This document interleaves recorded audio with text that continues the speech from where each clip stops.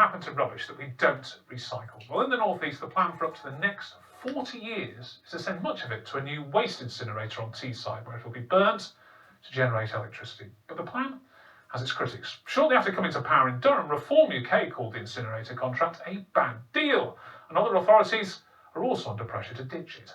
So are our councils going cold on the idea of burning rubbish? Stop the burn! Stop the burn! These people are clear. They want plans for a new giant rubbish incinerator on Teesside halted.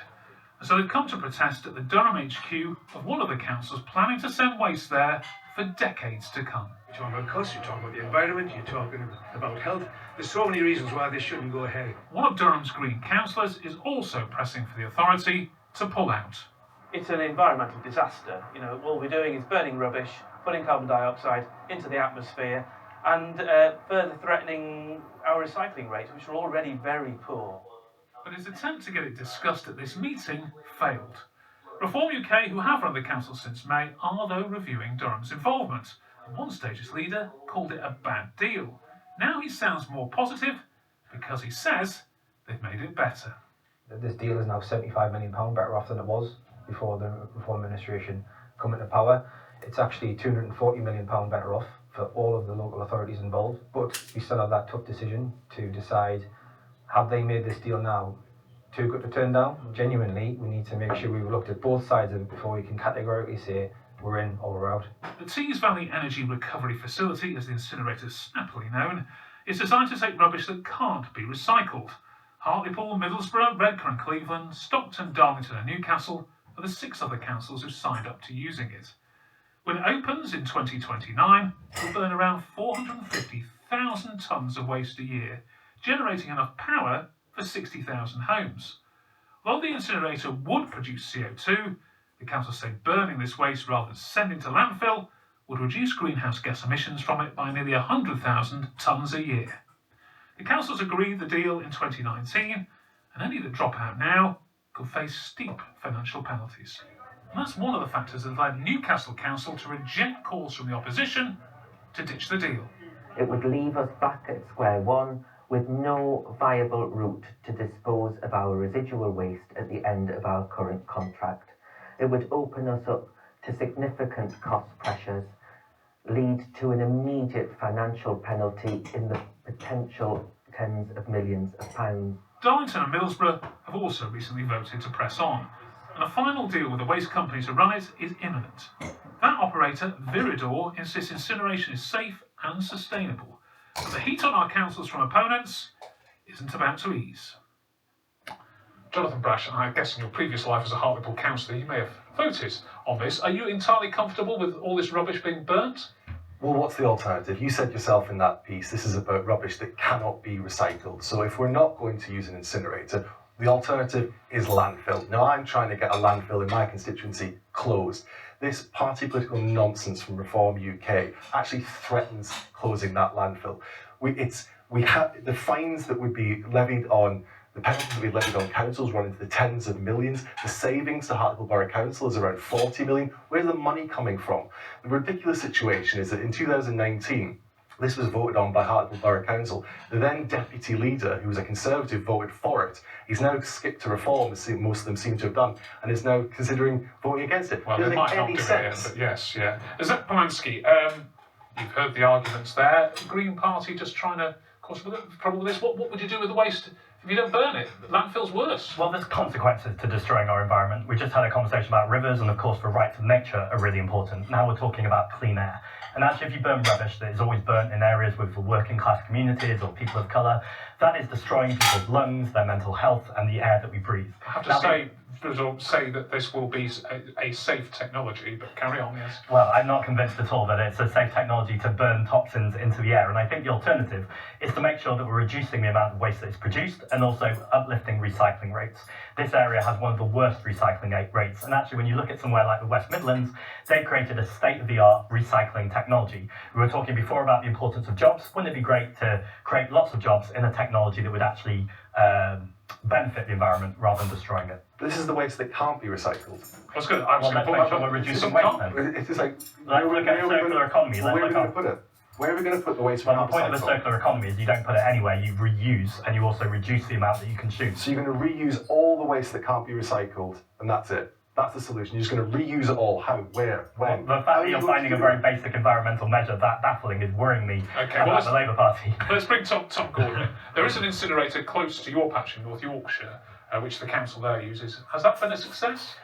I mean, what we have seen is we've seen rubbish shipped from across the UK to that incinerator, and when you're billing this as a way to deal with waste, if you're then putting on HGVs and driving across the country, there's a bigger environmental impact there than sometimes let on. I think what really frustrates me with this conversation is around the fact that, again, as Zack has said, we should be looking to reduce that waste that we can't recycle. But there's always going to be some, isn't there? I mean, it'd be naive to believe that there's going to be some waste to deal with. If you still look at single-use packaging, there's still a lot more. If you go to Europe, if you're buying fruit and veg, you don't see plastic anywhere. Why do we need to wrap apples and pears? And admittedly, most of it can be recycled, but there's a catch. So I've got Harrowgate Spring Water in my constituency, and they often go on about how their plastic bottles can be recycled. But even with pets, it can only be recycled so many times before it then becomes impossible to use again. So I think there's a bit of greenwashing going on here, and I think it's really incumbent on all parties to get to the bottom and look at how we can reduce in the first instance. I think, Jonathan Brash, I suppose the problem here is that there might be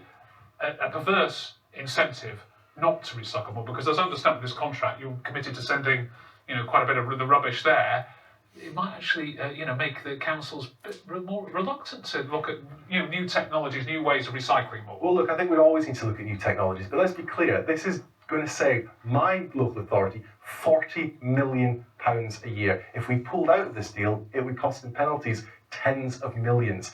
Where is the money coming from? Okay, all right. Well, I accept that. That's good for Hartlepool. Well, another point that Zack Polanski raised, isn't it? Which is this incinerator is going to be in Grangetown, one of the poorest communities in the region. Are you comfortable? These incinerators very rarely put on, next to executive estates or middle class areas. Are you comfortable with that? That everybody's rubbish goes to a place that's very poor? I think we have to trust in the technology and say that, look, they're saying it's safe, and the reality is. Well, do you want to live next to this incinerator? What is the alternative? Nobody in this debate has offered me an alternative. Either I've offered lots of. We already have enough incinerator capacity. You actually need to lift recycling. That's really interesting that you talk about incinerator capacity, because if we used to keep using the old incinerators, that's worse for the environment. Right. Well, that's why we need to reduce the amount of waste we create. Zack Polanski, you obviously have ambitions to run some of these councils, I'm guessing. Would you, given that Newcastle, for instance, a council you'd like to run, would find huge penalties, would you withdraw from this? Withdraw from finding penalties from withdraw from the incinerator if it led to tens of millions of pounds of penalties. If you ran Newcastle Council this time next year, we'd have a big push to move towards a circular economy, and I don't think this is an unrealistic thing to talk about. There's a decision to be made, isn't there? The council's got to decide whether it's going to face tens of millions of pounds of fines. But my understanding is there's already enough incinerator capacity in the area. What we need to be doing is lifting the recycling. So would you pull out this deal? Yes, this incinerator expansion deal. Okay, well, let him answer what you pull out the deal. I think a deal that, what is more important than money if we're getting premature deaths from the toxic air. Now, they say this technology is safe. I would welcome anyone to go to Grangetown to see what is being pumped out and believe for a second that it's safe. It's not there yet, is it, at the moment? But in terms of any incinerator, when you look at what's coming out of it. Tom Gordon, would you want North Yorkshire Council to think again about burning its waste?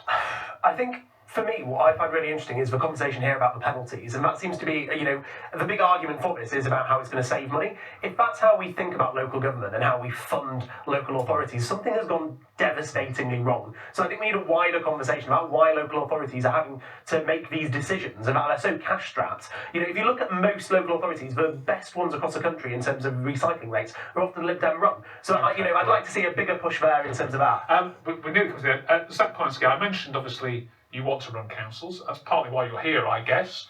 Do you think you will be running North East Council this time next year? I don't know about this time next year, but what I do know is that membership of the Green Party has doubled, including in the North East. There's been a huge amount of surge of interest in the Green Party, and I think that's largely because people are looking to reform, who I would say offer the politics of hate and division, and actually what they get with the Green Party is the politics of community and solidarity. Are you worried, Jonathan Brash, reform threatening Hartlepool and beyond? Of course. There's a green threat on Hartlepool. I mean, I'm less concerned about the green threat. I imagine they've just done themselves no favour in Newcastle by saying they're going to charge the taxpayer 20 million quid to pull out a deal. But, there's always political threats. I think Newcastle will care about clean air. We have to challenge the opposition parties on the issues. Okay, right to go. And that's all from us for this week. Thanks to my guests, Tom Gordon, Zack Polanski, and Jonathan Brash, and to you for watching, of course.